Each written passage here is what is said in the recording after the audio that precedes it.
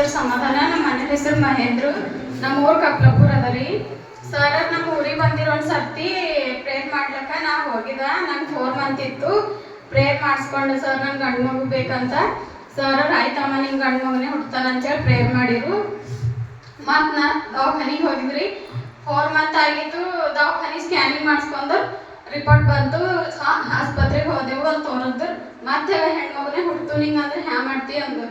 ಅಂದ್ರೆ ನಾ ಅವತ್ತು ರಾತ್ರಿ ಫುಲ್ ನೈಟ್ ಹತ್ರಿ ನಂಗೆ ಗಂಡು ಮಗು ಬೇಕು ದೇವ್ರೆ ಅಂಥೇಳಿ ಬೇಡ್ಕೊಂಡ. ಸರ್ ಬಲ್ಲಿ ಕಂಟಿನ್ಯೂ ಪ್ರೇಯರ್ ಬಂದು ಟೆನ್ಷನ್ ತಗೊಂಬಂದಾಗ ನಂಗೆ ರಕ್ತ ಪೂರ ಸುಟ್ಟೋಯ್ತು ರೀ. ಮೈದಾಗಿಂದ 7 ಪಾಯಿಂಟ್ ಆಗಿತ್ತು. ಸರ್ರಿಗೆ ನಾ ಹೇಳಿಲ್ಲ ನಂಗೆ ರಕ್ತ ಕಮ್ಮಿ ಆಗ್ಯದ ಅಂತ. ಆದ್ರೂ ಭೀ ಸರ್ ನಂಗೆ ಅವತ್ತು ಬಂದಿನ ದಿನ ಪ್ರೇಯರ್ ಮಾಡಿದ್ರು ರಕ್ತ ಅದು ಏನು ಭೀ ಸಮಸ್ಯೆ ಬರಬಾರ್ದಂತ.